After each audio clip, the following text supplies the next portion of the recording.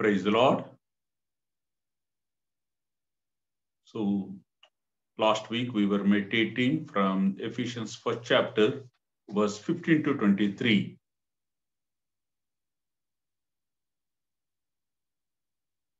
Yes, brother.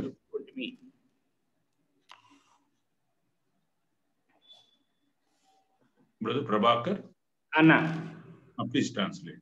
Yeah. Last week we were meditating from Ephesians 1st chapter, verse 15 to 23. గత వారం మనం ఎఫెసీయులకు రాసిన పత్రిక మొదటి అధ్యాయం 15 నుంచి 20 వచనం వరకు మనం ధ్యానం చేస్తూ ఉంటిమి. So let us recollect certain truths from that portion. మనము నేర్చుకున్న వాటి నుంచి కొన్ని భాగములు మనం ఒకసారి మళ్ళీ తిరిగి జ్ఞాపకం చేసుకుందాం. So here we see that Paul heard the testimony and its strength which had reached the ears of Paul.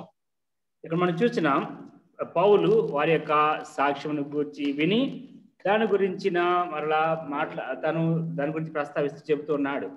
So what he had heard is that they have faith in God. తాను విన్న సత్యం ఏమంటే వారికి ప్రభువులో దేవుని అనే విశ్వాసం, and also they are ministering to the saints. పరిశుద్ధులకు వారు చేస్తున్న పరిచర్య. And now Paul is started praying for the believers at Ephesians. ఇప్పుడు పౌలు ఎఫెసులో ఉన్న విశ్వాసుల నిమిత్తమై తను ప్రార్థించడం ప్రారంభించినాడు. In verse 17 his first prayer point was that the Lord may grant them the spirit of wisdom and revelation of the knowledge of him. పౌలు చేస్తున్న ప్రార్థనలో ఇక్కడ మొదటి 17 నుంచి 18 చూస్తున్నాం. తన యొక్క మొట్టమొదటి ప్రార్థన అంశం ఏమంటే మన ప్రభువైన యేసుక్రీస్తు యొక్క దేవుడైన మహిమ స్వరూపమైన తండ్రి తన్ను తెలుసుకున్నటి యందు వారికి జ్ఞానం ప్రత్యక్షత గురించి మనసు ఇవ్వాలని ప్రార్థిస్తున్నాడు. And in verse 18 he is praying that they may understand what is the hope of his calling.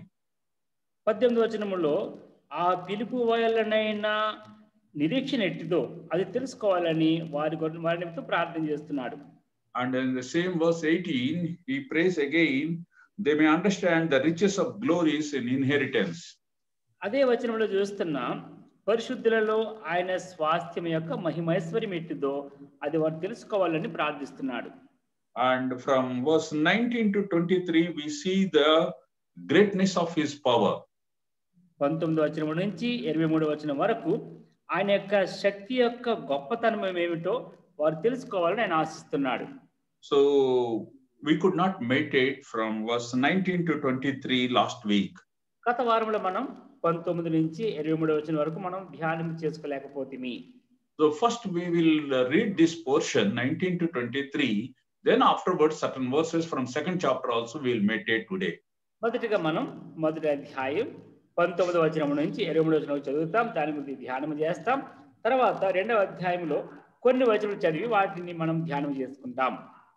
So I will read in English, afterwards brother will read in Telugu. So now Ephesians 1st chapter 19 to 23. మొదట అన్న English చదువుతారు, తర్వాత నేను తెలుగు చదువుతాను. దయచేసి మీ భాగం మీరు గమనించండి. And what is the exceeding greatness of his power to us word who believe, according to the working of his mighty power, which he wrought in Christ when he raised him from the dead and set him at his own right hand and in the heavenly places, far above all principality and power and might and dominion and every name that is named, not only in this world, but also in that which is to come, and hath put all things under his feet, and gave him to be the head over all things to the church, which is his body, the fullness of him that filleth all in all. ఎఫెసీయులకు రాసిన పత్రిక మొదటి అధ్యాయం 19 నుంచి 23 వచనం వరకు. మరియు మీ మనోతులు వెలిగింపబడినందున ఆయన మిమ్మల్ని పిలిచిన పిలుపు వాళ్ళని నిరీక్షణ ఎట్టిదో పరిశుద్ధులలో ఆయన స్వాస్థ్యం యొక్క మహిమైశ్వర్యం ఎట్టిదో ఆయన క్రీస్తునందు వినియోగపరిచిన బలాత్సేవను బట్టి విశ్వసించి మన యందు ఆయన చూపుచున్న తన శక్తి యొక్క అపరిమితమైన మహాత్యం ఎట్టిదో మీరు తెలుసుకోవాలని మన ప్రభువైన యేసుక్రీస్తు యొక్క దేవుడైన మహిమ స్వరూపయోగ తండ్రి తను తెలుసుకున్నట్టు యందు మీకు జ్ఞానమును ప్రత్యక్షతను గల మనసు అనుగ్రహించినట్లు నేను నా ప్రార్థనలు యందు మిమ్మల్ని గురించి విజ్ఞాపన చేయుచున్నాను. ఆయన ఆ బలాతిశయము చేత క్రీస్తును మృతులలో నుండి లేపి సమస్తమైన ఆధిపత్యము కంటేను, అధికారము కంటేను, శక్తి కంటేను, ప్రభుత్వము కంటేను ఈ యుగమునందు మాత్రమే గాక రాబో యుగమునందును పేరు పొందిన ప్రతి నామము కంటేను ఎంతో హెచ్చుగా పరలోకమునందు ఆయనను తన కుడిపార్శ్వమున కూర్చుని పెట్టుకొని ఉన్నాడు. మరియు సమస్తమును ఆయన పాదముల క్రింద ఉంచి సమస్తముపైని ఆయనను సంఘమునకు శిరస్సుగా నియమించెను. ఆ సంఘము ఆయన శరీరము సమస్తమును పూర్తిగా నింపుచున్న వాని సంపూర్ణత అయి ఉన్నది. May God bless this portion for our meditation. మన ధ్యానం నిమిత్తమై మన దేవుడు వీటిని ఈ భాగమును ఆశీర్వదించును గాక. So this portion speaks of the God's power. చదివిన ఈ భాగములు దేవుని యొక్క శక్తిని గురించి మాట్లాడుతున్నవి. And we need the power of God in our lives. మన జీవితములలో ఈ దేవుడి శక్తి మనకు ఎంతో అవసరం. But when we each day to day in our life to live victoriously or to live the way Lord expects from us, so we need the power of God. So we need to depend upon our God each day. మన యొక్క దైనందిన జీవితములో ప్రతిదినము మనము విజయవంతులమైన జీవించాలి అంటే, లేదంటే దేవుని యొక్క చిత్తమును జరిగిస్తూ మనం జీవించాలంటే మనకు తప్పకుండా దేవుని శక్తి అవసరమై ఉన్నది. So God is willing to give his power to us. దేవుడు తన శక్తిని మనకు ఇవ్వడానికి ఆయన ఇష్టపడుతున్నాడు. What we need to do is that we must first of all we need to turn to his son Lord Jesus Christ. అయితే దాని గురించి దేవుడు ఆశిస్తున్నది ఏమంటే మనము మొదటిగా ఆయన కుమారుడైన యేసుక్రీస్తు ప్రభు దగ్గరకు రావాలి.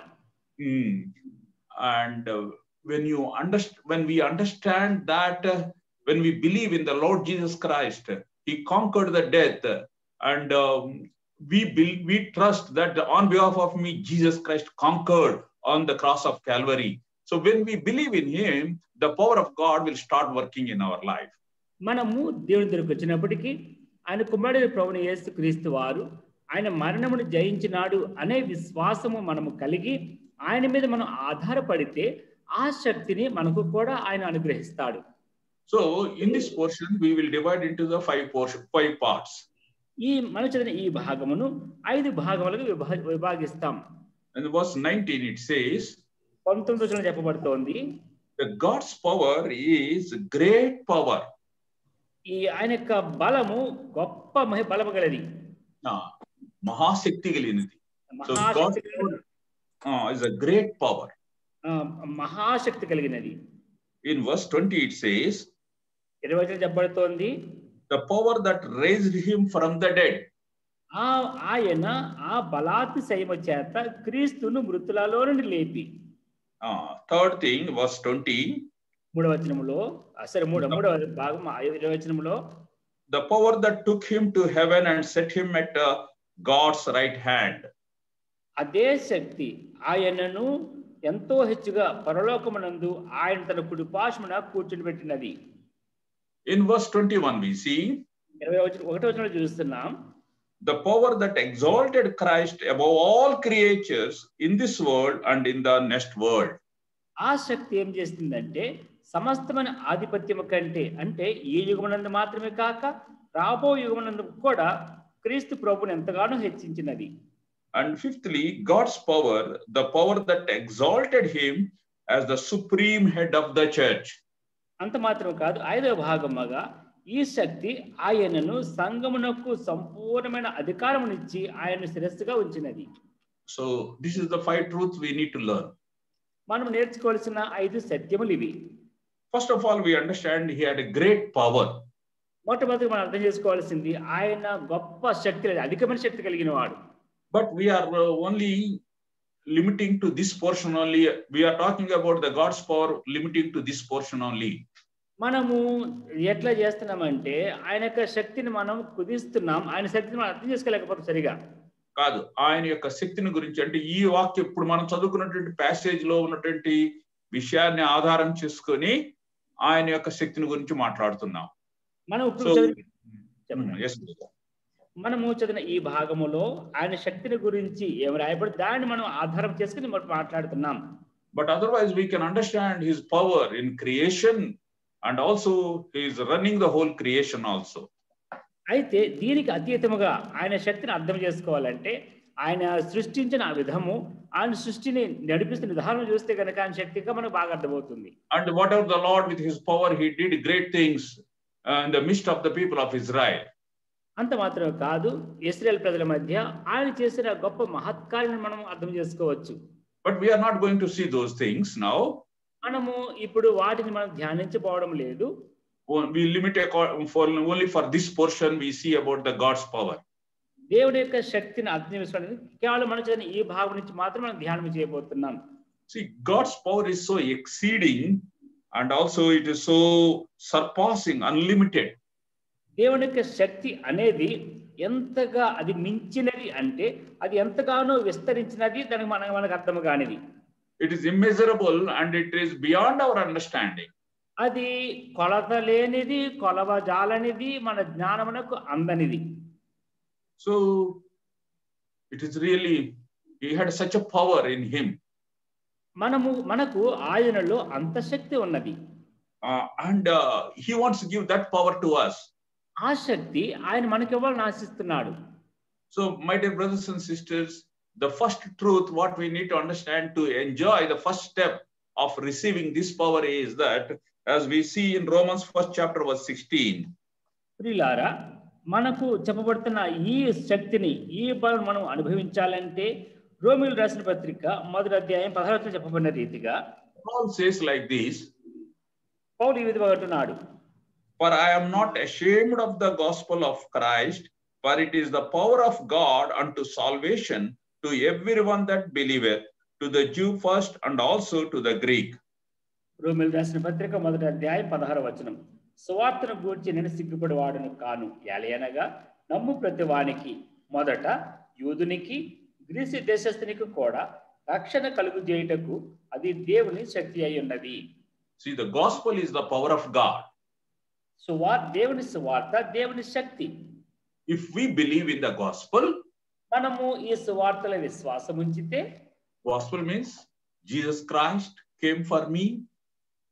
He took all my sin upon himself on the cross of Calvary, and he paid penalty for me. He died for me. He rose again third day for me. సువార్త అంటే ఏమిటి?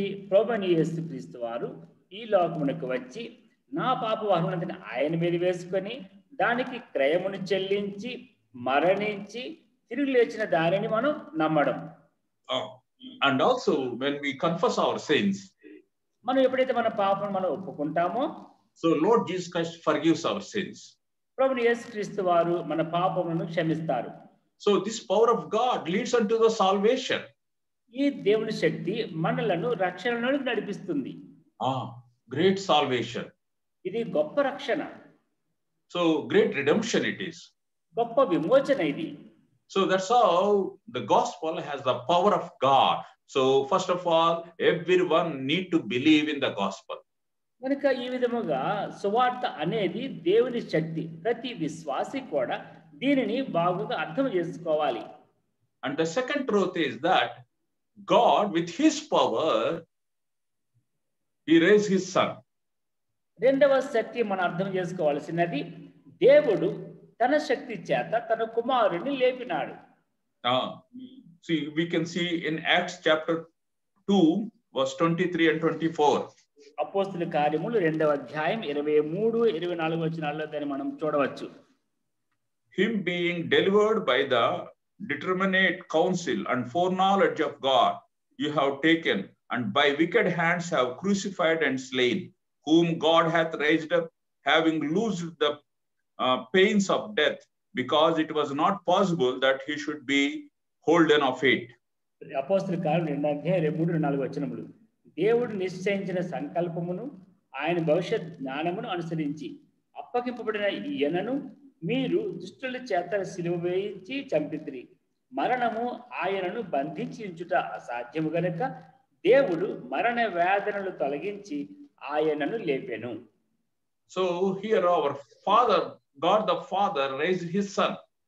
ఇక్కడ మనం చూస్తున్నాం తండ్రి అయిన దేవుడు తన కుమారుణ్ణి మృతుల్లో నుంచి లేపినాడు. And first of all, our Lord Jesus Christ overcame all the temptations and trials with the power of God while he was on this earth. మొట్టమొదటి మనం అర్థం చేసుకోవాల్సిన ప్రభువు యేసుక్రీస్తు వారు ఈ భూలోకములో ఉండగా తన తండ్రి యొక్క శక్తి చేత ఈ లోకంలో తనకు వచ్చిన ప్రతి శోధనను శ్రమలను ఆయన ఎదుర్కోగలిగినాడు. And now the Father has raised him from the death. ఇప్పుడు తండ్రి ఆయనను మృతుల్లో నుంచి లేపినాడు. Let us turn to 1 Corinthians 10 chapter verse 13. కొరింథీయులకు రాసిన మొదటి పత్రిక 10వ అధ్యాయం 13వ వచనం. There hath no temptation taken you, but such is common to man. But God is faithful, who will not suffer you to be tempted above that you are able, but will with the temptation also make a way to escape, that you may be able to bear it. సాధారణముగా మనుషులకు కలుగు శోధన తప్ప మరి ఏది మీకు సంభవింపలేదు. దేవుడు నమ్మదగినవాడు, మీరు సహింపగలిగినంతకంటే ఎక్కువగా ఆయన మిమ్మల్ని శోధింపబడనియ్యాడు. అంతేకాదు సహింపగలుగుటకు ఆయన శోధనతో కూడా తప్పించుకునే మార్గమును కలుగజేయును. So my dear brothers and sisters, how Jesus overcame sin on this earth with the same power, he is able to also deliver all the temptations what we face in our day-to-day life. ఏమైనా విశ్వాసులారా, ప్రభువు యేసుక్రీస్తు వారు ఆయన ఈ భూలోకంలో ఉండగా తాను తండ్రి చేత ఇవ్వబడిన ఆ శక్తి చేత తాను ఎదుర్కొన్న ప్రతి శోధనను ప్రతి శ్రమను ఎదిరించగలిగినాడు. అదే ప్రభువు యేసుక్రీస్తు వారు ఈ దినమున నీకు నాకు సంభవిస్తున్న ఎటువంటి శోధనలో నుంచైనా ఆయన మనకు జయమునిస్తాడు. And the Father who has raised his Son Lord Jesus Christ with the same power, he enables us to walk in the newness of life. ఏ శక్తి అంటే తండ్రి చేత ఇవ్వబడిన ఏ శక్తి ద్వారా ప్రభువు యేసుక్రీస్తు వారు మృతుల్లోంచి లేపబడినారో అదే శక్తి మనకు నూతన జీవమునిస్తూ మనల్ని నడిపించడానికి దోహదపడుతుంది. In the Romans 6 chapter verse 4, రోమీయులకు రాసిన పత్రిక 6వ అధ్యాయం 4వ వచనం. Therefore we are buried with him by baptism into death, that like as Christ was raised up from the dead by the glory, the power of the Father, even so we also should walk in newness of life. రోమీయులకు రాసిన పత్రిక 6వ అధ్యాయం 4వ వచనం. కాబట్టి తండ్రి మహిమ వలన క్రీస్తు మృతులలో నుండి ఎలాగు లేపబడెను, అలాగే మనమును నూతన జీవం పొందిన వారమై నడుచుకున్నట్లు మనము బాప్తిస్మము వలన మరణములో పాలు పొందుటకై ఆయనతో కూడా పాతి పెట్టబడితిమి. So through this power we enjoy the newness of life. ఈ శక్తి ద్వారా మనము నూతన జీవముతో కూడిన శక్తిని అనుభవిస్తున్నాం. And my dear brothers and sisters, we need to understand that with the same power God is going to rise us also. ప్రియులారా, మనం అర్థం చేసుకోవాల్సిన మరొక సత్యం, ఇదే శక్తి ద్వారా దేవుడు మనల్ని లేపబోతున్నాడు. That's why the death has no power over us as we have the power of God in our life. దానిని బట్టి మనం అర్థం చేసుకుంటాం, దేవుని శక్తి మనలో ఉన్నది కనుక మన మీద మరణమునకు ఎటువంటి అధికారము లేదు. That's why boldly Paul could say like this in 1 Corinthians 15th chapter 54 to 56. అందు నిమిత్తమే కొరింథీయులకు రాసిన మొదటి పత్రిక 15వ అధ్యాయం 54వ వచనములో 55వ వచనములో పౌలు ఇంత ధైర్యంగా ఆ మాట చెప్పగలిగినాడు. O death, where is thy sting? O grave, where is thy victory?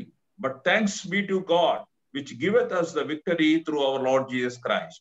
55వ వచనం, ఓ మరణమా నీ విజయం ఎక్కడ, ఓ మరణమా నీ ముల్లెక్కడ. ప్రభువు యేసుక్రీస్తు మూలముగా మనకు జయం అనుగ్రహించుచున్న దేవునికి స్తోత్రం కలుగును గాక. Because of the resurrection of the Lord Jesus Christ, there is always hope for our lives.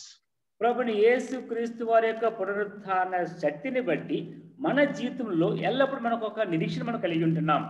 The world cannot give such hope. మనకు ఈ లోకము అటువంటి నిరీక్షణ ఇవ్వలేదు.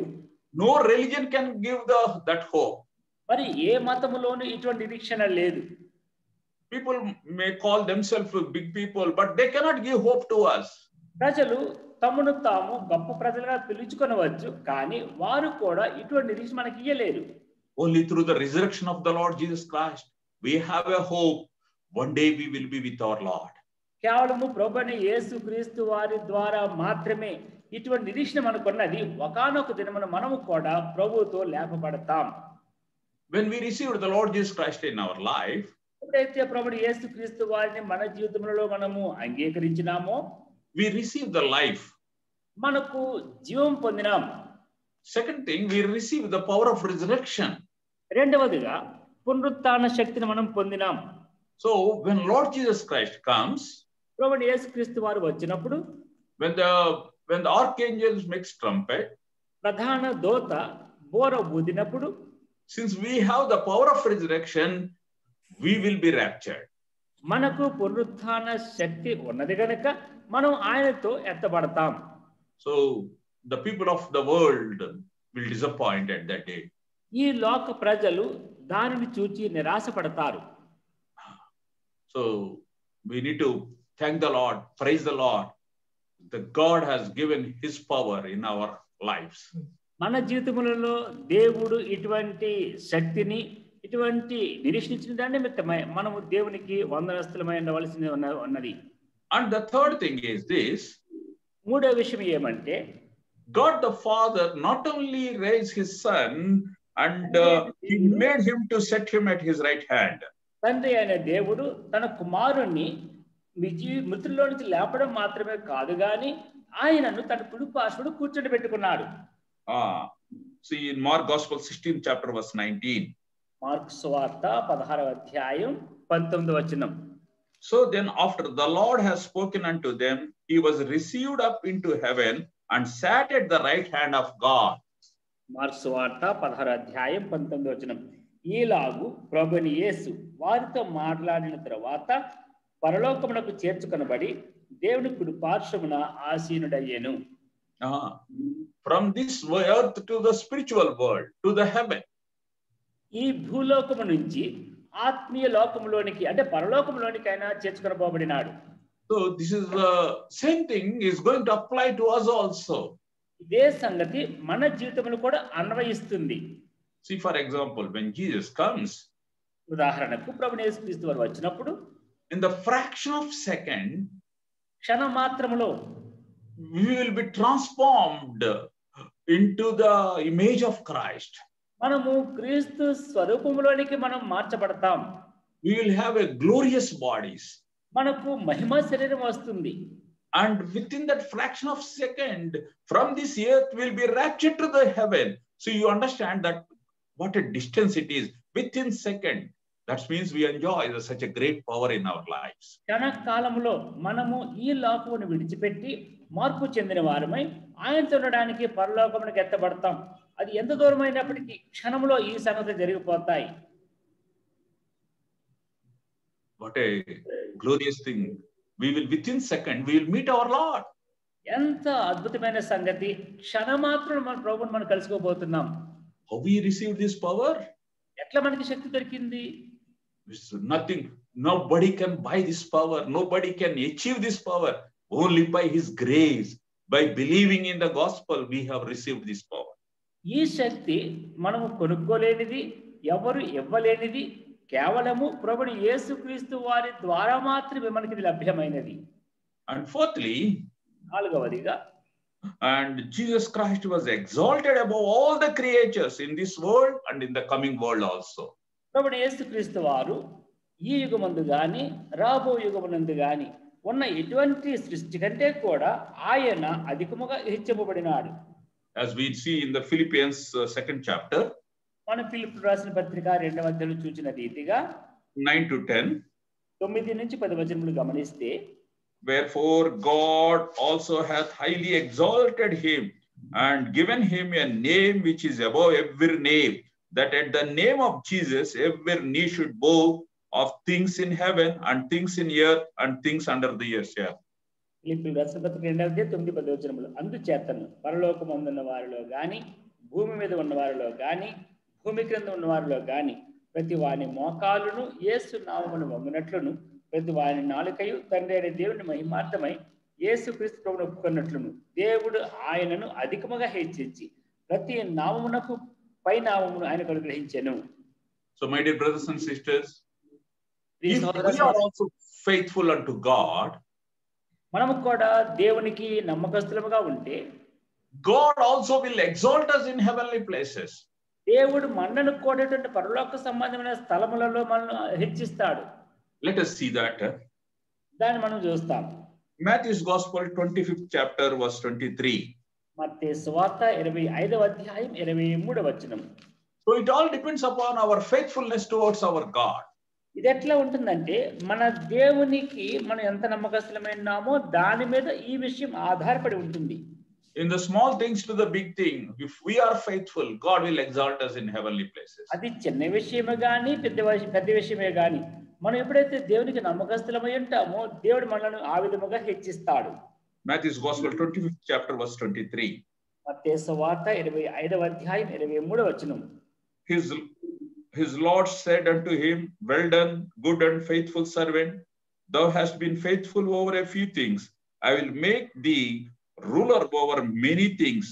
Enter thou into the joy of thy Lord.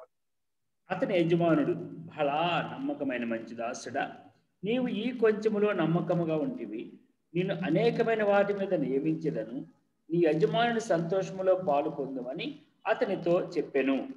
So the Lord will exalt us when we are faithful to God. Whatever God has entrusted us, if we are faithful, God will honor us. దేవుడు మనకిచ్చిన ఏ పని అయినప్పటికీ మనం దాంట్లో నమ్మకము ఉన్నప్పుడు దేవుడే మనలను హెచ్చిస్తాడు. We will reign with our Lord. మనము మన ప్రభువుతో ఏలేవారముగా ఉంటాం. My dear brothers and sisters, the angels will minister us. ప్రియ సహోదర సహోదరి, దూతలు మనకు పరిచర్య చేస్తారు.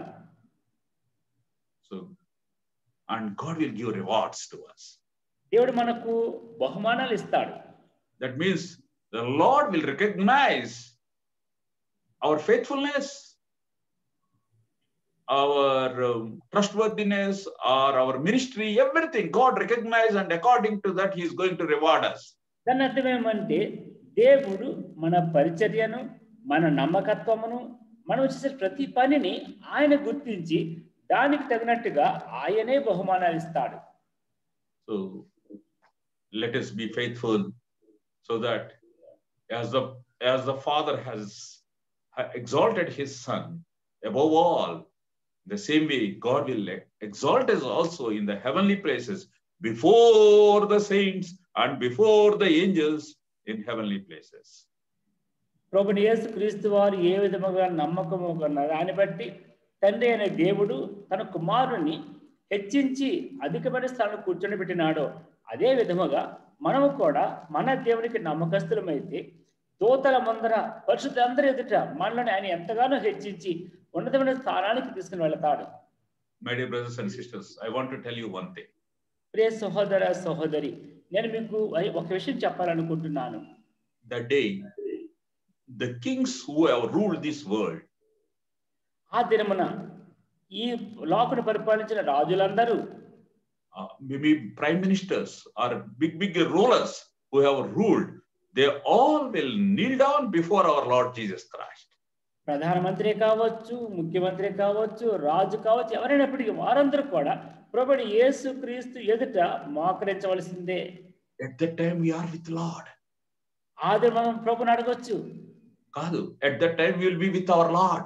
ఆ సమయంలో మనం ప్రభువుతో ఉంటాం. In this world we are insignificant people. మనం ఈ లోకములో మనం ఎటువంటి గుర్తింపు లేకుండా ఉన్నవారము. But there we are going to sit along with our Lord, and all the so-called big people all will kneel down before our God in front of us. ఆ దినమనైతే మనం మన ప్రభువుతో ఉంటాం, ఆయనతో పాటు కూర్చుంటాం. అయితే ఈ లోకంలో గొప్పవారు, ప్రసిద్ధి చెందిన వారిని చెప్పుకున్న వాళ్ళందరూ కూడా దేవుని ఎదుట అక్కడ మన ముందర మోకరించవలసి ఉంటుంది. So my dear brothers, understand that what a honor God is going to give to us. So understanding that, we should able to live for the Lord on this earth. ప్రియ సహోదర సహోదరి, దేవుడు మనకి ఇచ్చిన ఈ ఆధిక్యతను అర్థం చేసుకున్న వారమై ఈ భూలోకములో ఉండగా ఆయనకు నమ్మకస్తులమై ఉండవలసిన బాధ్యత మన మీద ఉన్నది. And in Ephesians 1st chapter, verse 22-23 speaks, ఎఫెసీయులకు రాసిన పత్రిక మొదటి అధ్యాయం 22-23 వచనములు మాట్లాడే విషయం ఏమంటే, and God has exalted him as the supreme head of the church. దేవుడు ఆయనను సంఘము మీద సంపూర్ణ శక్తితో ఆయనను హెచ్చించినాడు. So as we all know that in Colossians 1st chapter verse 18, Jesus Christ is the head of the church. మనందరికీ తెలిసిన విషయము, కొలస్సీయులకు రాసిన పత్రిక మొదటి అధ్యాయం 18వ వచనం ప్రకారం ప్రభువైన యేసుక్రీస్తు వారు సంఘమునకు శిరస్సు అయి ఉన్నాడు. And the church is the body of Christ. ఆ సంఘం ప్రభువైన యేసుక్రీస్తు వారి యొక్క శరీరము. My dear brothers and sisters, to purchase this church, Jesus Christ gave his life. ప్రభుని ప్రియ సహోదర సహోదరి, ఈ సంఘమును కొనడానికి ప్రభువైన యేసుక్రీస్తు తన రక్తాన్ని ఇవ్వవలసి వచ్చింది. That's why in the sight of God, in the sight of our Lord Jesus Christ, church is so precious to him. కనుకనే దేవునికి తన కుమారుడు ప్రభువైన యేసుక్రీస్తు దృష్టిలో ఈ సంఘము చాలా ప్రశస్తమైనది. If you read, we don't have time, in Ephesians 5th chapter, 25-26 verses, we see that in the relationship to the husband and wife. So even he speaks about the Jesus Christ for his wife, for his church, he gave himself. ఎఫెసీయులకు రాసిన పత్రిక 5వ అధ్యాయం 25-27 మన సమయంలో మనం చదవము కానీ అక్కడ పురుషుడు అంటే భార్య భర్తలకు సంబంధం గురించి చెబుతూ ప్రభువైన యేసుక్రీస్తు వారికి సంఘమునకు పోల్చి చూస్తూ రాయబడిన మాటలు మనం గమనించగలుగుతాం. For the church he gave himself. సంఘము నిమిత్తమై తను తాను ఆయన అప్పగించుకున్నాడు. Not only that, he nurtures his church. అంత మాత్రమే కాదు, ఆ సంఘమును ఆయన పోషిస్తున్నాడు. And he gives authority to his church. ఆ సంఘమునకు ఆయన అధికారం ఇచ్చినాడు. And to that church he fills his glory. ఆ సంఘములో ఆయన మహిమను నింపుతున్నాడు. And he fills his power. తన యొక్క శక్తిని దాంట్లో నింపుతున్నాడు. So my dear brothers and sisters, one thing we need to understand. ఏ సహోదర సహోదరి, ఒక విషయం మనం అర్థం చేసుకోవాలి. Even Lord Jesus Christ is depending upon his church. ప్రభువైన యేసుక్రీస్తు వారు కూడా ఆ సంఘం మీద ఆయన ఆధారపడుతున్నాడు. For example, even though head is there, body is not there, the purpose cannot be solved. ఉదాహరణకు శిరస్సు ఉన్నది, శరీరము లేదు, అది అప్పుడు దానికి ఉద్దేశం నెరవేర్చబడదు. And also if the body is there, head is not there, also purpose will not solve. అదే సమయంలో శరీరము ఉండి శిరస్సు లేకపోతే ఆ ఉద్దేశం నెరవేర్చబడదు. The head and body are interlinked now. ఈ శిరస్సు శరీరము ఒక దానితో ఒకటి ముడిపడి ఉన్నవి. Head depend upon the body, body depend upon the head. శిరస్సు శరీరం మీద ఆధారపడి ఉన్నది, శరీరము శిరస్సు మీద ఆధారపడి ఉన్నది. So Jesus needs the church, needs you and me. ప్రభువైన యేసుక్రీస్తు వారికి సంఘం అవసరం, అనగా నీవు నేను ఆయనకు అవసరం. How he needs us? ఏ విధముగా మనం ఆయనకు అవసరమై ఉన్నది? He came to this world to give peace and salvation unto the man. ఆయన ఈ లోకమునకు వచ్చిన ఉద్దేశం ఏమంటే మానవునికి సమాధానము రక్షణ ఇవ్వడానికి. For that what he has to do, he did it on the cross of Calvary. అలా చేయడానికి ఆయన ఏమేమి చేయాలో వాటన్నిటిని కలువరిలో చేసి ముగించాడు. So what as his people, his church, what we need to do is that that truth we must able to tell to the people, those who are perishing. ఆయన ప్రజలముగా, ఆయన చేత కనబడిన ప్రజలముగా ఈ లోకములో మనము చేయవలసిన బాధ్యత అంటే మనం పొందిన దాన్ని ఈ లోకమునకు చాటించవలసి ఉన్నది. So that way we have to fulfill his purpose in our life. ఆ విధముగా ఆయన యొక్క ఉద్దేశము మన జీవితంలో మనం నెరవేర్చవలసి ఉన్నది. And we need to understand he dwells in his church. మరొక సంగతి, ఆయన సంఘములో నివసిస్తాడు. And to edify that church, God has given various gifts to each one of us. ఆ సంఘము శ్రేయస్సు కోరి దేవుడు అనేకమైన తలాంతములు కృపావరములను అనేక మందికి అనేక విధములుగా ఇచ్చినాడు. And Jesus is going to come to take his church. ప్రభువైన యేసుక్రీస్తు వారు తన సంఘమును తీసుకుని పోవడానికి ఆయన రానై ఉన్నాడు. And everything will be brought underneath the church. అప్పుడు సమస్త విషయములు కూడా సంఘం యొక్క అధికారం క్రిందకు రాబోతున్నాయి. That means the devil, the enemy, will be brought under the feet of the church. దాని అర్థం ఏమంటే సాతానుడు ఈ సైతానుడు వాడి యొక్క అధికారం వాడి యొక్క దూతలందరూ కూడా సంఘముని యొక్క కాలి క్రిందకు సంఘము కిందకు రాబోతున్నారు. The devil, who is Satan, who is troubling, who is war against the church, one day he will be brought under the feet of the church. సాతానుడు అంటే దయ్యం సంఘమును బాధ పెడుతున్న వాడు ఒకానొక దినమున సంఘము యొక్క అధికార క్రిందకు కాలి క్రిందకు రాబోతున్నాడు. So that's why, my dear brothers and sisters, the Lord Jesus Christ is the head of the church and it has all the power. So we need to be thankful to God that we are in the part of that church. ప్రియ సహోదర సహోదరి, ప్రభుని యేసుక్రీస్తు వారు సంఘమునకు శిరస్సై ఉన్నాడు. ఆయనకు సర్వాధికారం ఉన్నది. అట్లా ఆయన ప్రేమించి సంఘమునకు ఆ అధికారం ఆయన ఇచ్చినాడు. ఆ సంఘములో నీవు నేను ఉన్నాం. దేవునికి వందనస్తులమై ఉన్నాం. So what we need to learn now from these things? మనము వీటి ద్వారా నేర్చుకోవాల్సిన పాఠం ఏమంటే, our God is great God. మన దేవుడు గొప్ప దేవుడు. He's a powerful God. ఆయన మహాశక్తిశాలి. If we read the Bible, we understand his power in his creation. మనము బైబిల్ను స్పష్టంగా చదివితే ఆయన యొక్క శక్తిని అర్థం చేసుకోవాలంటే ఆయన సృష్టించిన సృష్టిని చూస్తే మనకు అర్థమవుతుంది. Nobody could stand before his power. ఆయన శక్తి ఎదుట ఎవరును నిలబడలేకపోయినారు. And now we see that he has a power to rise from the dead. ఇప్పుడు ఆయనకు ఉన్న శక్తి ఏమంటే మృతులలో నుంచి లేపగలిగిన శక్తి ఆయనకు ఉన్నది. Not only that, not only he rise and he takes us to the heavenly places. ఆ విధముగా మృతుల్లో నుంచి లేపడం మాత్రమే కాదు, పరలోక సంబంధమైన ప్రదేశములను మనల్ని ఆయన తీసుకుని వెళ్తాడు. Not only he rises and he will make us to sit along with his son on his throne. మనల్ని పరలోకమును తీసుకుని వెళ్ళడం మాత్రమే కాదు, పరలోకంలో తన యొక్క కుమారుడు ఏ విధముగా కుడిపార్శ్వన కూర్చున్నాడు ఆ విధంగా కూడా ఆయన కూర్చుని పెడతాడు. And he is going to ask us to reign along with his son. తన కుమారునితో మనము కూడా ఏలాలని మనకు ఆయన చెబుతున్నాడు.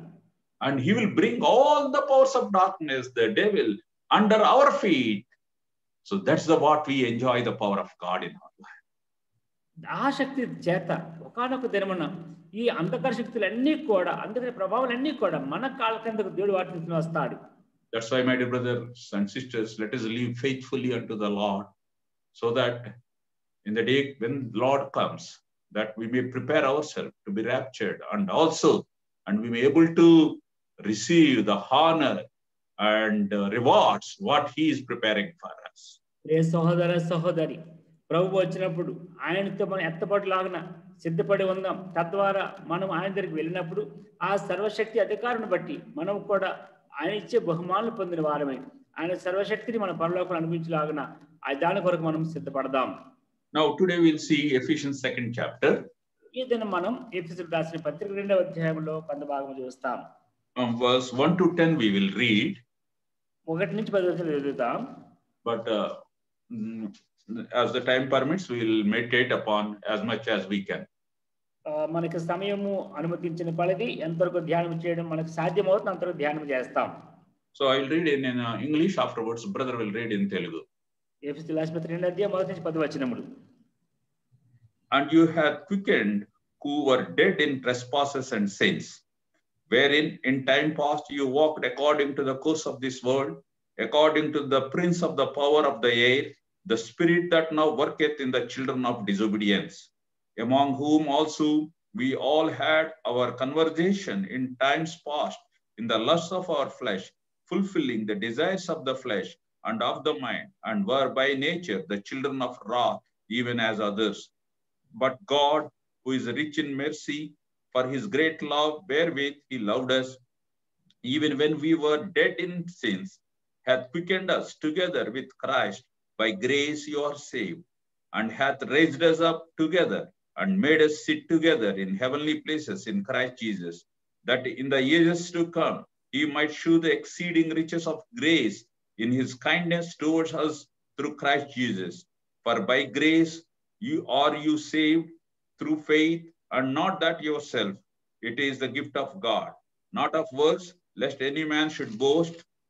For we are his workmanship, created in Christ Jesus unto good works, which God hath before ordained that we should walk in them. So brother will read in Telugu. మీ అపరాధముల చేతను పాపముల చేతను మీరు చచ్చిన వారై ఉండగా ఆయన మిమ్మును క్రీస్తుతో కూడా బ్రతికించెను. మీరు వాటిని చేయుచు వాయుమండల సంబంధమైన అధిపతిని అనగా అవిధేయులైన వారిని ఇప్పుడు ప్రేరేపించే శక్తికి అధిపతిని అనుసరించి ఈ ప్రపంచ ధర్మము చొప్పున మునుపు నడుచుకొంటిరి.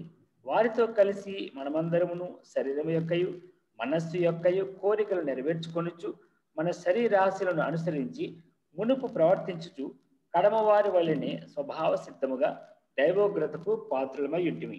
అయినను దేవుడు కరుణా సంపన్నుడై ఉండి మనము మన అపరాధముల చేత చచ్చిన వారమైనప్పుడు సైతము మన ఎడల చూపిన తన మహాప్రేమ చేత మనలను క్రీస్తుతో కూడా బ్రతికించెను. కృప చేత మీరు రక్షింపబడి ఉన్నారు.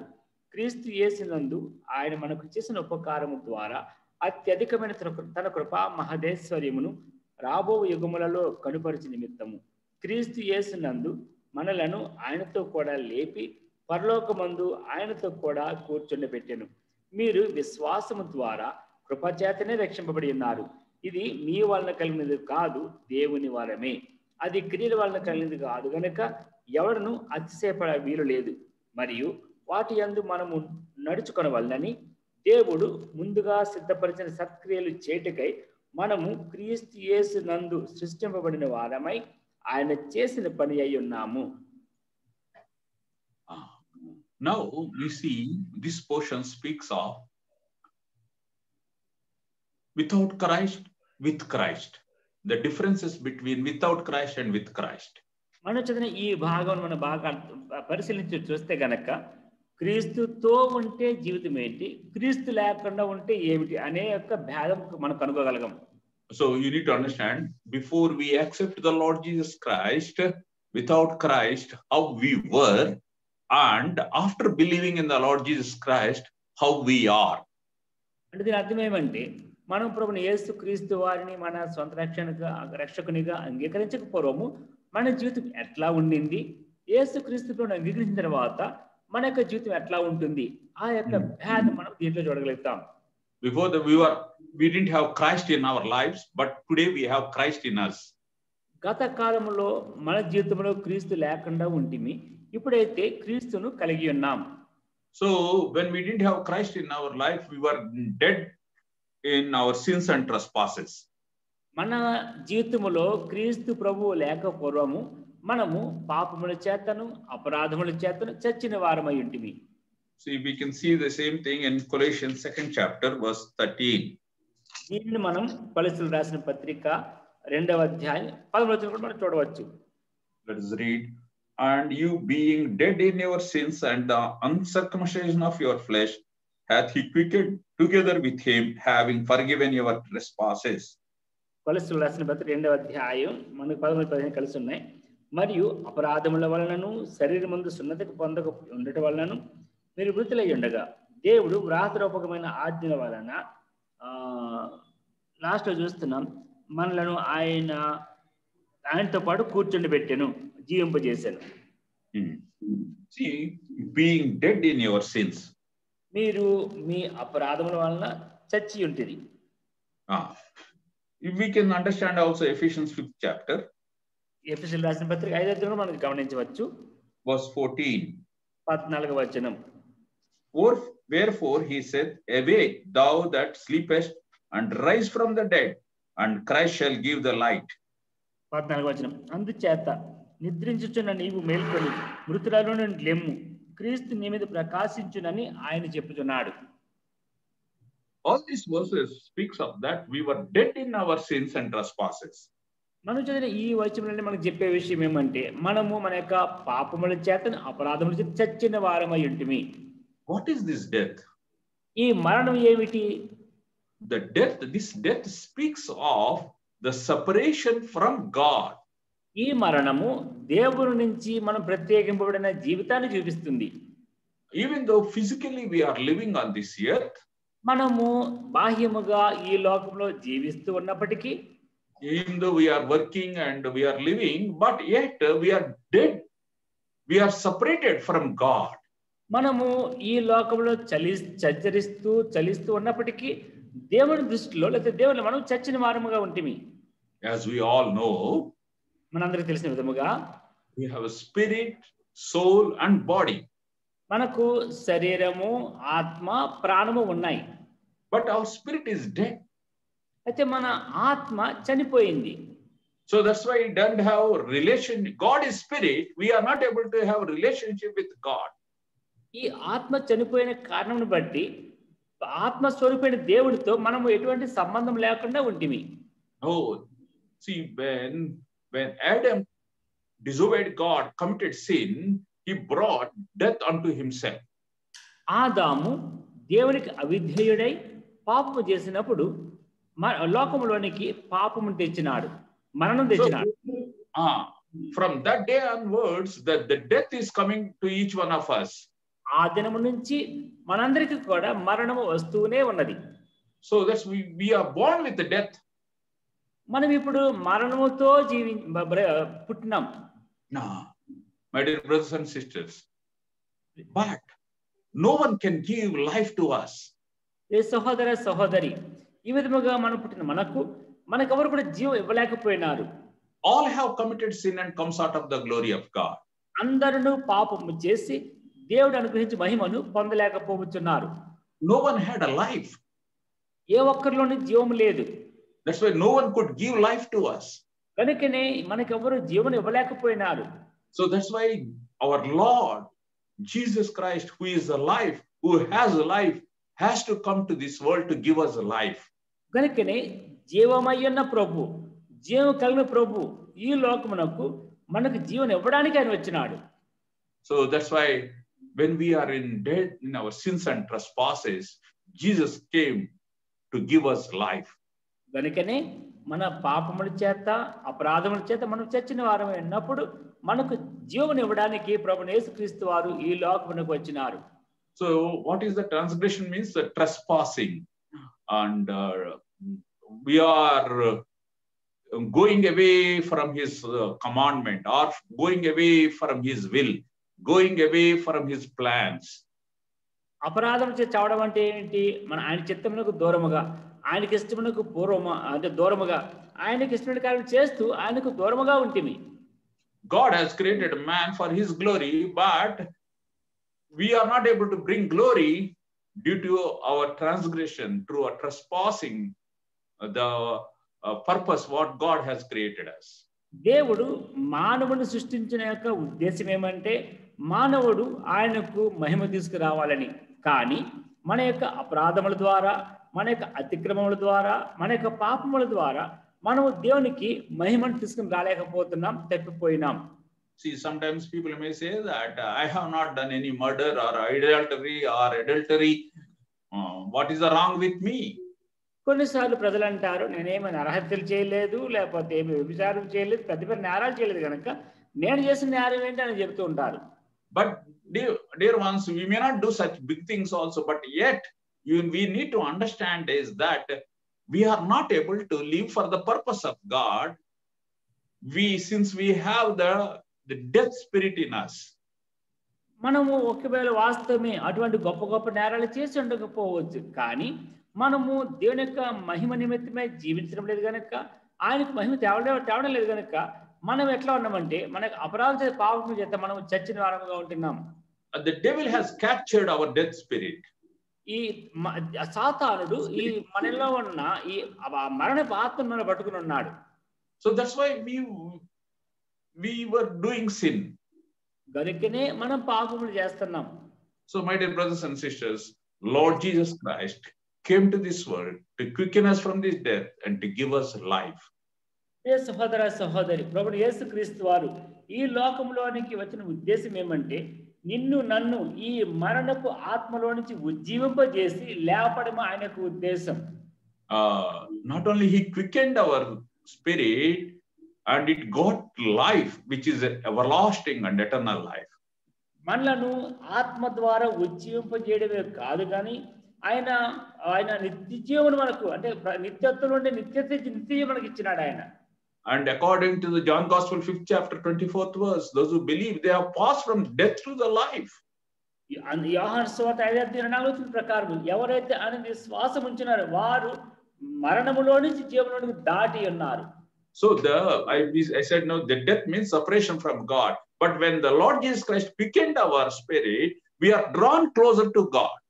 మీకు ముందుగా నేను చెప్పిన విధముగా మరణము లేదా పాపము అనగా దేవుని నుంచి వేరు చేయబడడం. అయితే మనం ఎప్పుడైతే ప్రభువుని యేసుక్రీస్తు ద్వారా మనం తిరిగి ఉజ్జింపబడినామో అప్పుడు మనలను దేవుని సమీపముగా ఆయన తీసుకుని వచ్చినాడు. So now we have a relation with God. ఇప్పుడు మనము దేవునితో సంబంధం కలిగి ఉన్నాం. That's why we are calling God Abba, Father. కనుకనే మనము దేవుణ్ణి అబ్బా తండ్రి అని పిలుస్తా ఉన్నాం. And our eyes are enlightened now, are opened us. ఇప్పుడు మన మనోనేత్రములు వెలిగింపబడ్డాయి, తెరవబడ్డాయి. Oh, that's why we are able to understand God and able to understand the inheritance of what God is preparing for us. కనుకనే దేవుని మనం అర్థం చేసుకోగలుగుతున్నాం. దేవుడు పరలోకములో మనకు దాచిన ఆ స్వాస్థ్యముల గురించి మనకు అవగాహన వస్తూ ఉన్నది. Now we are able to understand how He loved us. ఆయన మనల్ని ఏ విధంగా ప్రేమించినాడో దానిని మనం కొంచెం అర్థం చేసుకోగలుగుతున్నాం. Today we understand the great purposes of God in our lives. మన జీవితంలో దేవుని యొక్క గొప్ప ఉద్దేశం ఏమిటో మనం అర్థం చేసుకోగలుగుతున్నాం. We enjoy His power in our life. మన జీవితంలో ఆయన శక్తిని మనం అర్థం చేసుకుంటున్నాం. We are enjoying His gifts in our life.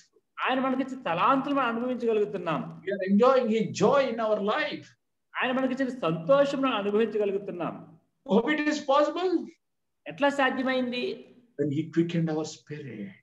మన ఆత్మను ఆయన ఉజ్జీవింపజేసినప్పుడు, when the light came in us, మనకు వెలుగు వచ్చినప్పుడు. That's why we are enjoying all these things. కనుకనే ఆయన సన్నిధిని మనం అనుభవించగలుగుతున్నాం. So my dear brothers and sisters, those who are hearing this word, do you have this experience that you have come out of the death and your spirit is quickened? Now today you are drawn closer to the Lord. ప్రియ సహోదర సహోదరి, వాక్యం వింటున్న మీరు ఈ శక్తిని గ్రహించినారా? మనము మరణములో నుంచి లేపబడినాం, దేవునితో మనం జత చేయబడినాం, ఆయనకు సన్నిధిని అనిపించగలుగుతున్నాం అనే సత్యం మీరు ఎరగగలుగుతున్నారా? And the second truth, before we accepted the Lord Jesus Christ, రెండవ సత్యం ఏమంటే మనం ప్రభువుని యేసుక్రీస్తు వారిని అంగీకరించక పూర్వము, according to verse 2, రెండవ వచనం ప్రకారము, where in time past you walked according to the course of the world. మీరు మునుపు వాటిని చేయొచ్చు ఈ వాయుమండల సంబంధం అనుసరించి నడుచుకుంటారు. So before that, no ma, according to the world, ప్రపంచ ధర్మమును బట్టి మీరు అనుసరించి నడుచుకుంటారు. ఓకే, ఈ ప్రపంచ ధర్మం చెప్పిన మునుపు నడుచుకుంటారు. See, what is this? According to the world means what it is. ఈ ప్రపంచ ధర్మము అంటే ఏమిటి? దాని అర్థం ఏంటి అసలు?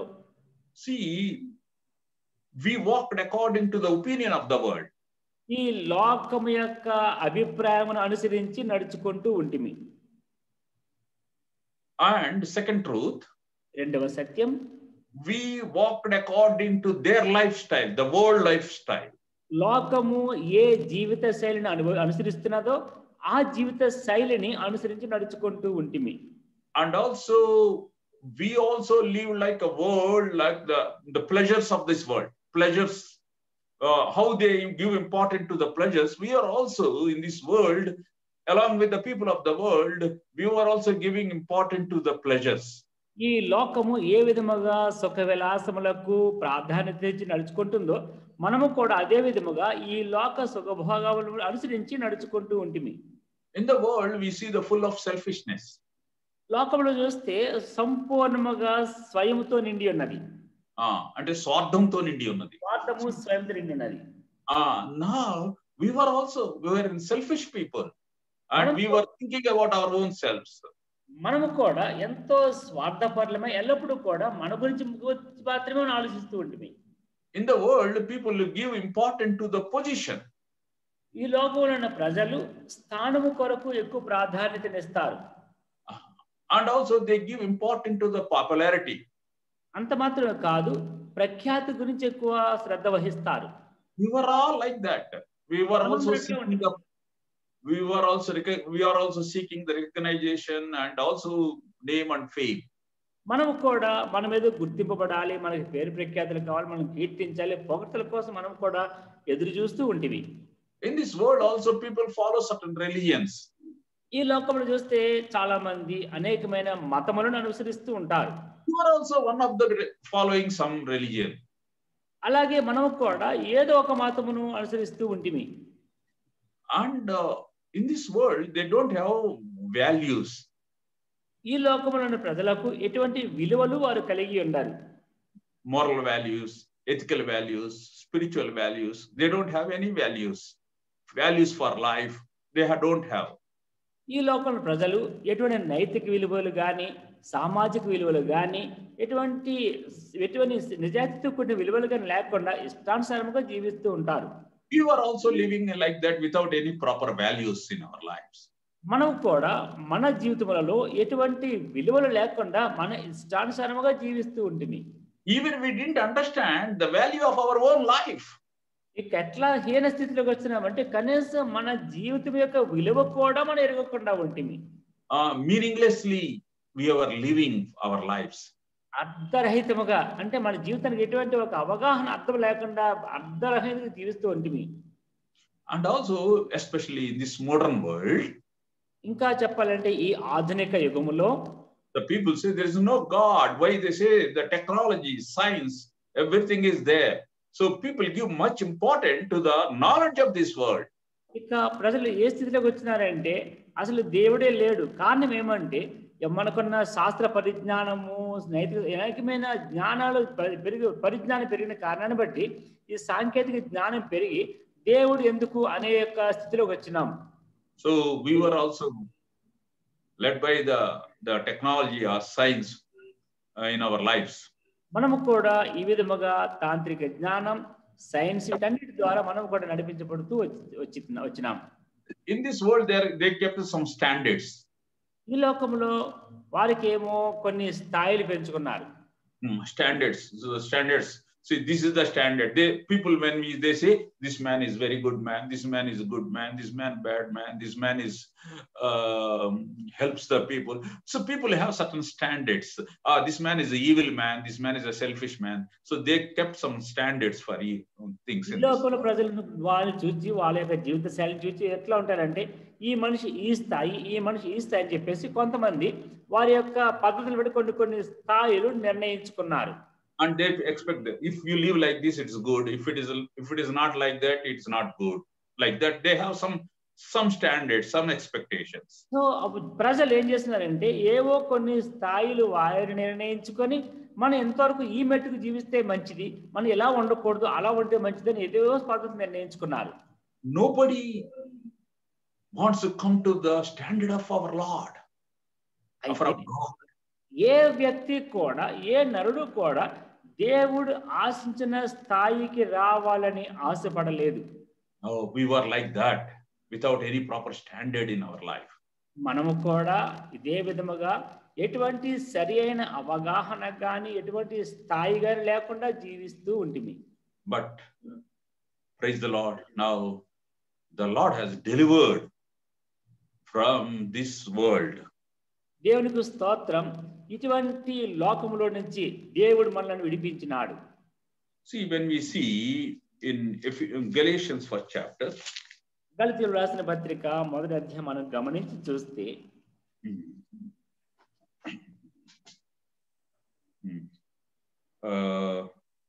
verse 4, brother.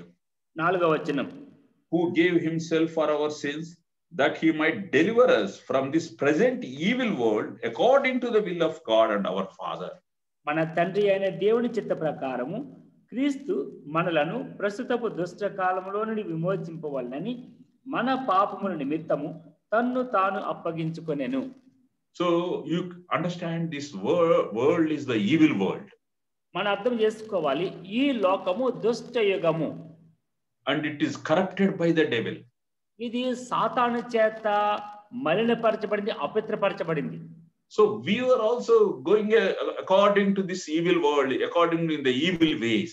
మనము కూడా ఈ లోకమును అనుసరించి ఈ దుష్టమైన నాశనమైపోయిన ఈ లోకమును అనుసరిస్తూ ఉంటిమి. The second thing is that రెండవ విషయం ఏమంటే So what we see here is that one thing, once upon a time we were going according to the course of the world. Second thing is that we were following the prince of the power of air. మనం చూస్తూ వచ్చినాం, ఒకప్పుడు మనం ఈ ప్రపంచ ధర్మము చొప్పున నడుచుకుంటుమి. ఇంకా చూస్తే కనుక ఈ వాయుమండల సంబంధమైన అధిపతిని అనుసరించి నడుచుకుంటూ ఉంటిమి. So we must understand this. The devil is working in this world, and he is going to the he has captured the world. మనం అర్థం చేసుకోవాల్సిన విషయం, సైతానుడు ఈ లోకమును పట్టుకున్నాడు, ఈ లోకమును వాడు నడిపిస్తూ ఉన్నాడు. Prince of world, that means lokadhikari. He is a lokadhikari. ప్రగతి వాయుమండల సంబంధమైన అధికారి. So now what happened? ఏం జరిగింది తద్వారా? See, that's how he captures the minds of the men. ప్రజల యొక్క మనస్సులను వాడు చెరపట్టుకుంటున్నాడు. And he makes them to live according to his will and wish.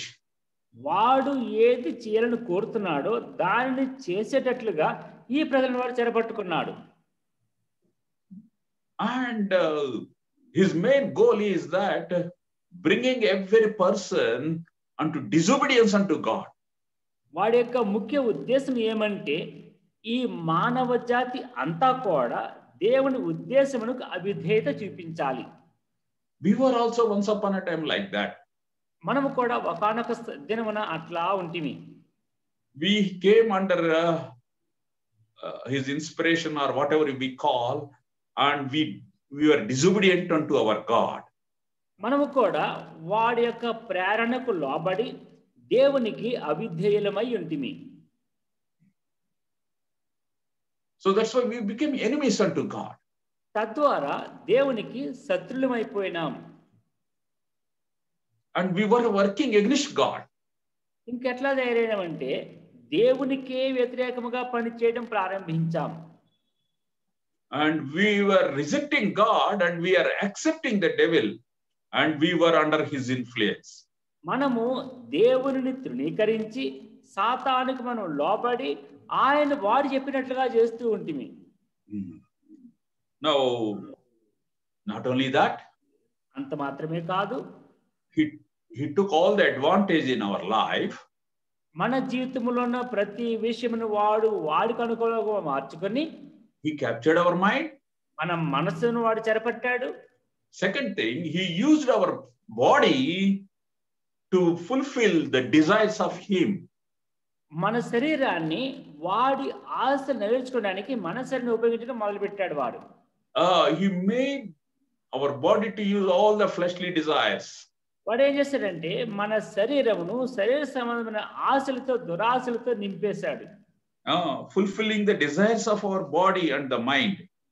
మన యొక్క మనస్సు మన శరీరం అనుసరించి ఆశలు వాటిలో నింపినాడు. See, here we see that according to the Spirit now worketh in the children of Israel, among whom also we all had our conversation in times in past, the lusts of our flesh. So we were fulfilling the lusts of our flesh. మనం దీంట్లో మూడో చూస్తున్నాం, మనమందరము కూడా శరీరము యొక్కయు మనసుల యొక్కయు కోరికలు నెరవేర్చుకొనుచు శరీరాశను అనుసరించి నడుచుకొంటిమి. So since we were under the bondage of the devil, we were also fulfilling the lusts of our flesh. మనము సాతాను యొక్క స్వాధీనములో ఉన్న కారణమును బట్టి శరీర ఆశను అనుసరించి మునుపు నడుచుకుంటూ ఉంటిమి.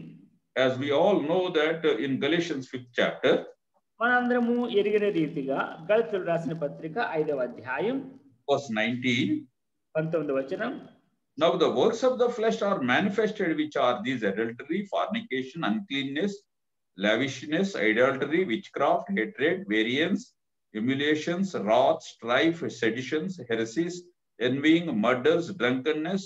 So all these things we see, which I tell you before, I have also told you in the time past, that they which do such things shall not inherit the kingdom of God.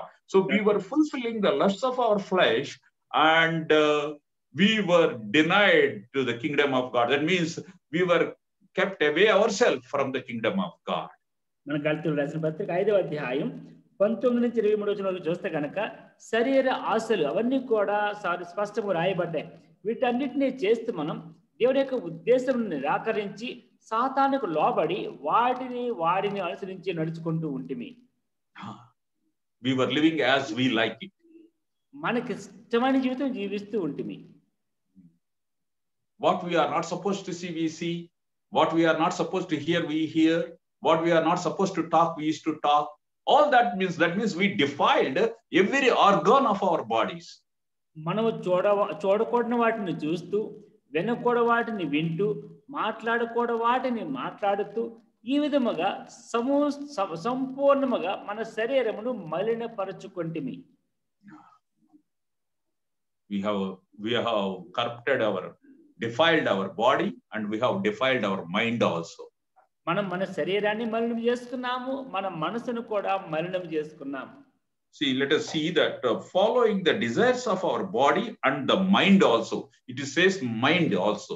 ఈ విధముగా శరీరమును మనసును అనుసరించి మన యొక్క సమస్తమును మలినపరుచుకున్నాం. Romans 8th chapter verse 6. రోమీయులు రాసిన పత్రిక 6వ అధ్యాయం 8th chapter verse 6 బాబు. రోమీయులు రాసిన పత్రిక 8వ అధ్యాయం 6వ వచనం. For to be carnally minded is death, but to be spiritual minded is life and peace. శరీరానుసారమైన మనస్సు మరణము, ఆత్మానుసారమైన మనస్సు జీవమును సమాధానమునై ఉన్నది. See, what we see here is that carnally minded is death. మనం ఏం చూస్తున్నాం? శరీరానుసారమైన మనస్సు మరణం. We have corrupted our mind also. మన మనసును కూడా మలినపరుచుకున్నాం. Our thinking. ఏం ఆలోచిస్తున్నాం? అంటే jealous, అసూయ, hatredness towards others, ఇతరుల గురించి ద్వేషం, selfishness, స్వార్థం, I, నేను. self. See, these all things come corrupted by this mind. ఈ విధముగా ఇటువంటి విషయముల ద్వారా మన మనస్సును మనము మలినపరుచుకున్నాం. So we have corrupted our mind, we have corrupted our body, we are totally corrupted. We are totally defiled. మన మనసును మలినపరుచుకున్నాం, మన శరీరాన్ని మలినపరుచుకున్నాం. ఈ విధముగా మనం మొత్తం మలినమైపోయినాం. So since we have been under the enemy's capture, since we were defiling ourselves and we are fulfilling the lust of this flesh, we are bound to face the wrath of God. ఈ విధముగా మనము సాతాను యొక్క చెరలో ఉన్న కారణమును బట్టి, మన మనస్సును మన శరీరమును మలినపరుచుకున్న కారణమును బట్టి, సంపూర్ణముగా ఆయన యొక్క దేవుని యొక్క ఉద్దేశం నిరాకరించి మనం వ్యతిరేకముగా ఉన్న కారణాన్ని బట్టి మనము సంపూర్ణముగా దేవుని యొక్క ఉగ్రతలోనికి వచ్చితిమి. See, here we see that we are in the wrath of God. ఇప్పుడు మనం దైవోగ్రతకు పాత్రులమై ఉంటిమి. But see, we cannot bear the wrath of God at all. దేవుని యొక్క ఉగ్రతను భరించడం మన వల్ల కాదు. See, the wrath of God is going to come upon the people. దేవుని ఉగ్రత మానవుల మీదకి రాబోతున్నది. Romans 1st chapter verse 18. రోమీయులు రాసిన పత్రిక 1వ అధ్యాయం 18వ వచనం. Verse 18. For the wrath of God is revealed from heaven against all ungodliness and unrighteousness of men who hold the truth in unrighteousness. దుర్నీతి చేత సత్యమును అడ్డగించు మనుషుల యొక్క సమస్త భక్తిహీనత మీదను దుర్నీతి మీదను దేవుని కోపము పరలోకము నుండి బయలుపరచబడుచున్నది. Oh, so my dear brothers and sisters, all the disobedience will face the wrath of God. ప్రియ సహోదర సహోదరి, సమస్త అవిధేయత దేవుని యొక్క ఉగ్రతకు గురి అవ్వవలసినదే. As we see in Ephesians 2nd chapter verse 3, for by nature the children of wrath. By nature we were the children of wrath. ఎఫెసీయుల రాసిన పత్రిక 2వ అధ్యాయం 3లో చూస్తున్నాం. స్వభావ సిద్ధముగా మనము దైవోగ్రతకు పాత్రులమై ఉంటిమి. Who can stand before the wrath of God? దేవుని ఉగ్రత ఎదుట ఎవడు నిలవగలడు? When we see in the Revelation 6th chapter, when the wrath of God came, the people are not able to face it. They want to hide in the mountains and all that, but they could not help. Those things also could not help them. ప్రకటన గ్రంథం 6వ అధ్యాయంలో దేవుని ఉగ్రత వచ్చినప్పుడు ప్రజలు తమ్మును భద్రపరచుకోవడానికి కొండల వైపు గుట్టల వైపు పరిగెడుతున్నారు. అయినప్పటికీ వారు భద్రపరచబడలేకపోయినారు. My dear brothers and sisters, we need to understand the love, how great is his love, and at the same time you understand this is a wrath also is so great. ప్రియ సహోదర సహోదరి, ఆయన ప్రేమ ఎంత గొప్పదో అదే సమయంలో ఆయన ఉగ్రత కూడా అంత అధికమైన సంగతి మనం గుర్తించాలి. So our situation was like this now. Before accepting the Lord Jesus Christ, our situation was like this. ప్రభుని యేసుక్రీస్తు వారిని మన స్వంత రక్షకునిగా అంగీకరించక పూర్వము మన స్థితి కూడా ఇట్లానే ఉండింది. We were dead in our sin. మన పాపముల చేత చచ్చిన వారమై ఉంటిమి. And we were walking according to the world. ఈ ప్రపంచ ధర్మము చొప్పున నడుచుకుంటూ ఉంటిమి. And the prince of the power of air, we are under his influence. వాయుమండల సంబంధమైన అధికారి క్రింద ఉంటిమి. And we have the spirit of disobedience. అవిధేయత ఆత్మ క్రింద ఉంటిమి. And we were fulfilling the desires of our own flesh. మన యొక్క స్వంత శరీర యొక్క ఆశలను అనుసరించి నడుచుకుంటూ ఉంటిమి. We have defiled our mind and our flesh. మన యొక్క మనస్సును మన యొక్క శరీరమును భ్రష్టపరుచుకుంటిమి. And by that we have come under the wrath of God. తద్వారా దేవుని యొక్క ఉగ్రత క్రిందకు మనం వచ్చినాం. But yet God has loved us. అయినప్పటికీ దేవుడు మనల్ని ప్రేమించినాడు. In verse 4 it says, 4వ వచనం చెప్పబడుతోంది, but God who is rich in mercy, for his great love wherewith he loved us. అయినను దేవుడు కరుణా సంపన్నుడై ఉండి ఆయన తన మహాప్రేమ చేత మనల్ని ప్రేమించెను. God so loved the world. దేవుడు లోకమును ఎంతో ప్రేమించెను. How he loved us. ఎట్లా మనల్ని ఆయన ప్రేమించాడు? So we need to understand God so loved the world means God so loved the people, those who are in the world.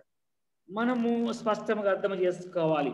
దేవుడు లోకమును ఎంతో ప్రేమించిన అంటే కనుక దాని అర్థం ఏంటంటే లోకములో ఉన్న ప్రజలను దేవుడు అంతగా ప్రేమించినాడు.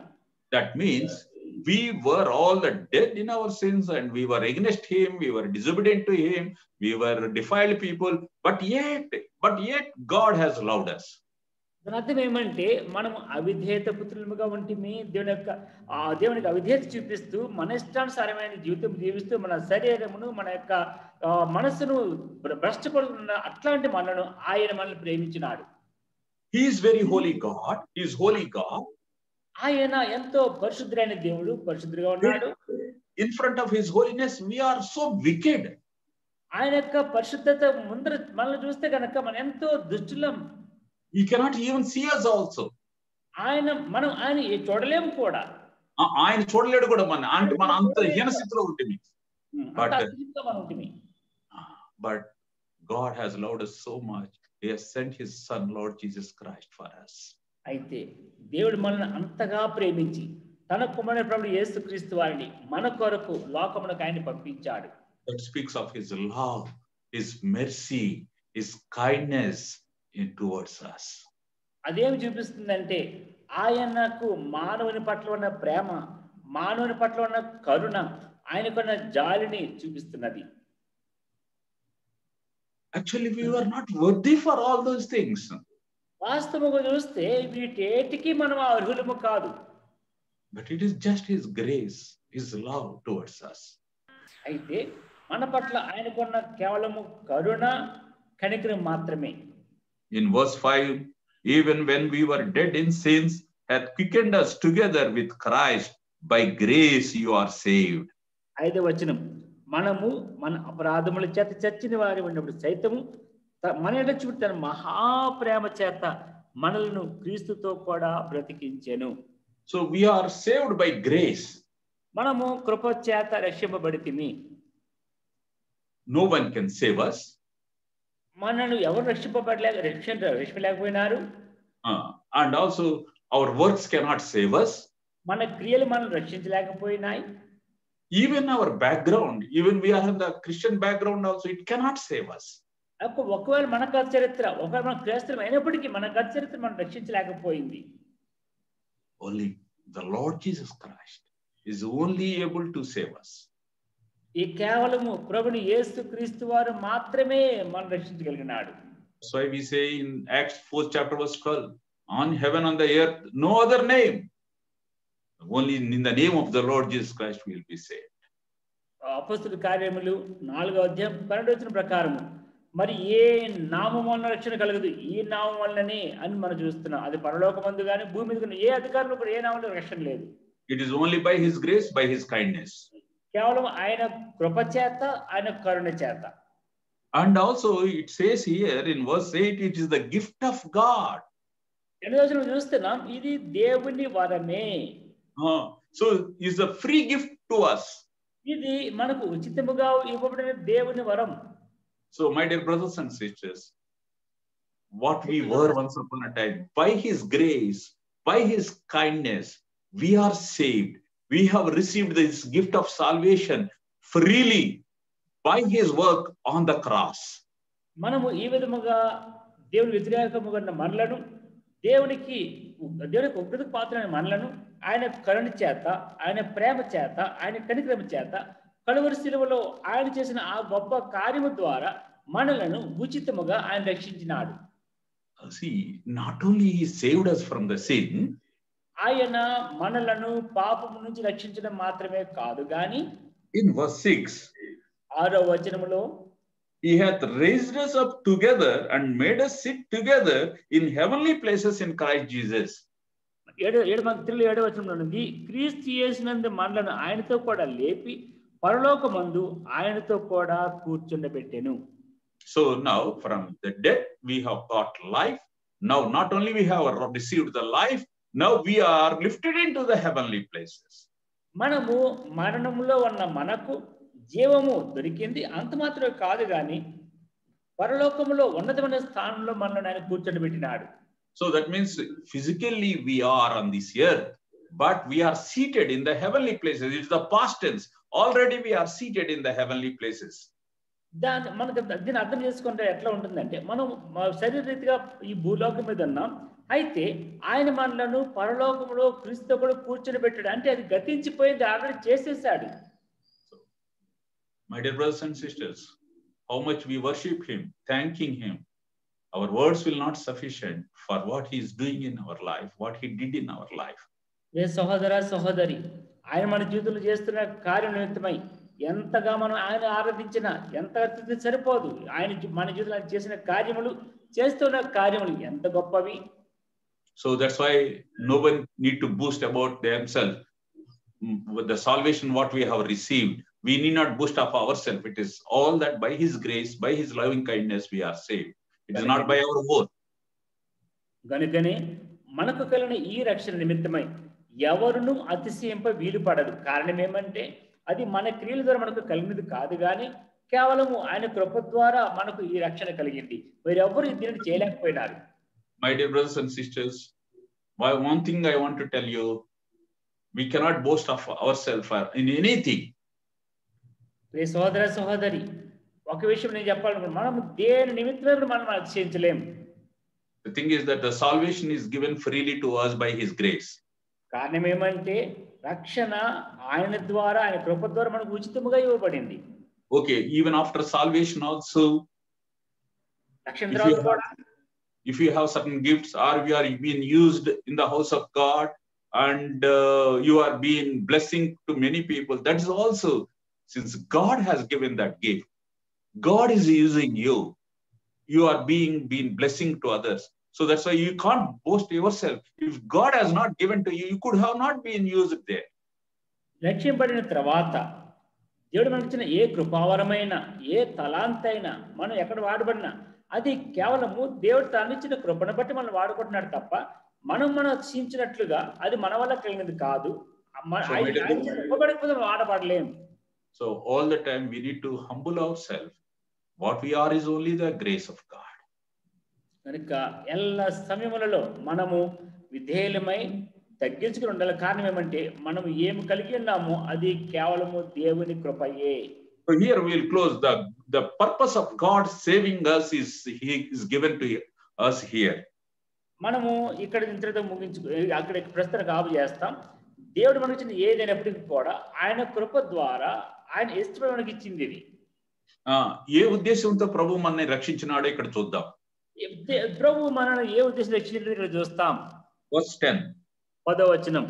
For we are his workmanship, created in Christ Jesus unto good works which God hath before ordained that we should walk in them.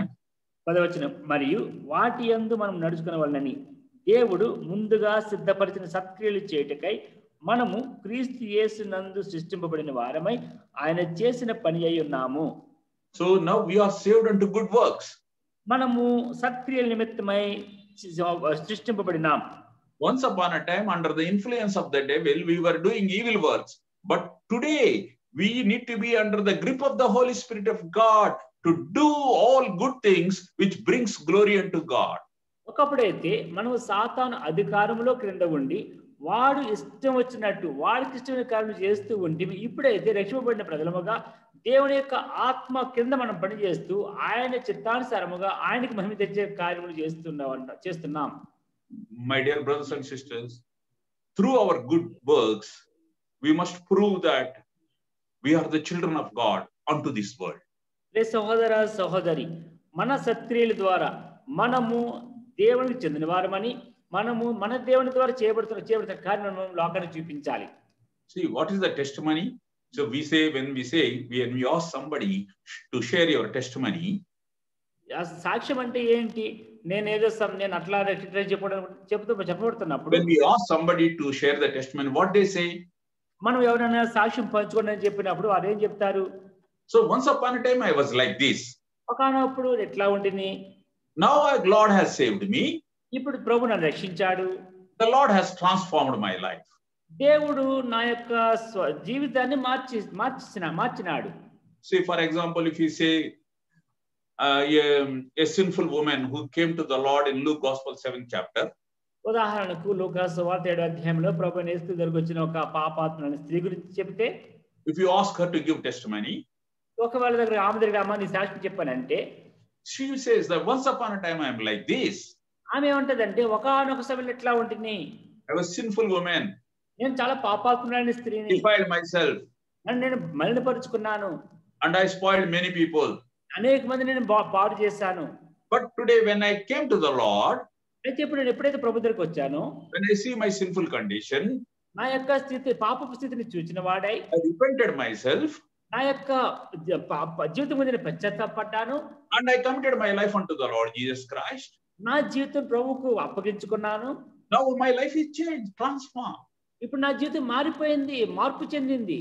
Likewise, many people will give testimony, like a Zacchaeus, like a thief. They will give testimonies how their lives are to be transformed.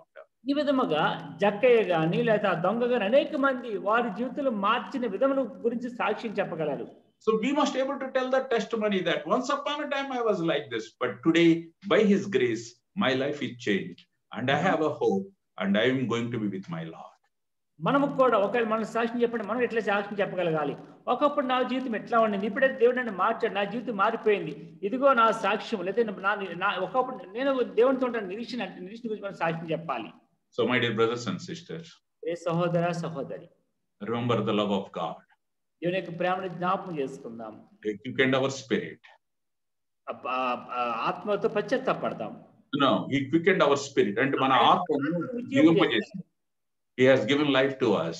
మనకు ఆయన జీవం ఇచ్చినాడు.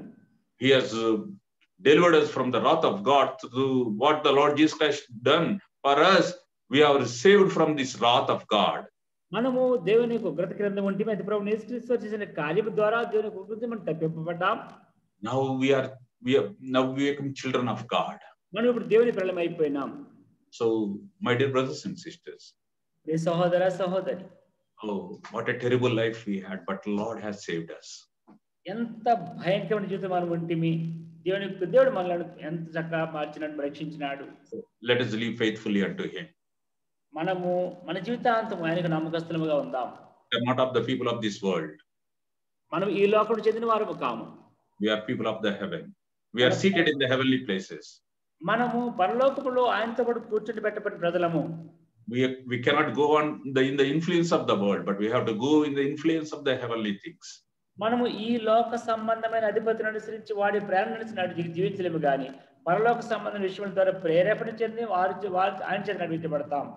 Our life is totally under the influence of the Holy Spirit of God. మన యొక్క జీవితం సంపూర్ణముగా పరిశుద్ధాత్మ యొక్క స్వాధీనం ఉంచుకుందాం. Today our life is to do good works. ఈ దినం మన జీవితము మన జీవితం సత్యం చేసేటట్లు ఉండాలి. So may God bless this word, enable us to live with what purpose the Lord has saved us may accomplish in our life. దేవుడు ఈ లేఖన భాగమును ఆశీర్వదించి ఏ ఉద్దేశంతో దేవుడు మనల్ని పిలుచుకున్నాడు ఆ ఉద్దేశం ప్రకారం జీవించడానికి ప్రభువు మనకు సహాయం చేయను గాక. Now I request Brother Rajan to pray for the word. Brother Rajan గారు ప్రార్థన చేయాలని కోరుచున్నాను.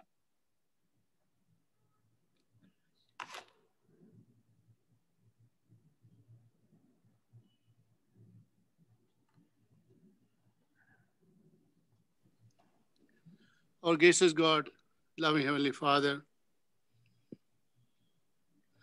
thank and praise Thee for the word which delivered unto us. The purpose of being saved, that's the message for us. For what purpose? Why we have been saved? What is the aiming of our saving nature? Why the Lord so loved us? And what we should do in return for that. Lord, thank and praise Thee for delivering Ephesians chapter 2, verse 11. We see that the Lord, the God being so rich in mercy, and because of His great love, and which He loved us, even when we were dead and trespasses, and made us alive together with Christ. Perhaps we may understand, we may not understand the reality or the great depth in this matter, but we humble before Thee. Lord, Your name should be glorified. Your way, Your guidance, Your understanding, Your purpose, Your main motto of saving us to be fulfilled in our life, only to glorify Your name, Lord.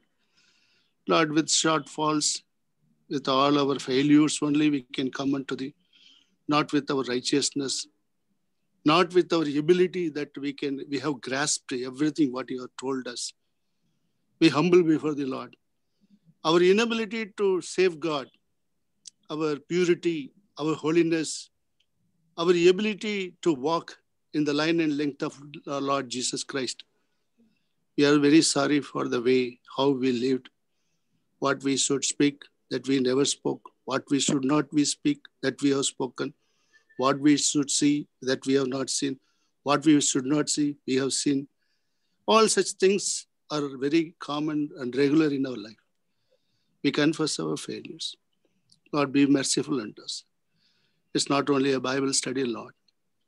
It's a great teaching for us to go in depth and see the richness of the great God's great love for us. Able to find out at least a small length and line. Lord, what this love has done for me and how my testimony. There was a time how we lived, how we were living in sin, and how the Lord has changed. Am I eligible for this? Is my family eligible for this? Are we eligible for this? No, Lord. It's only by Your grace.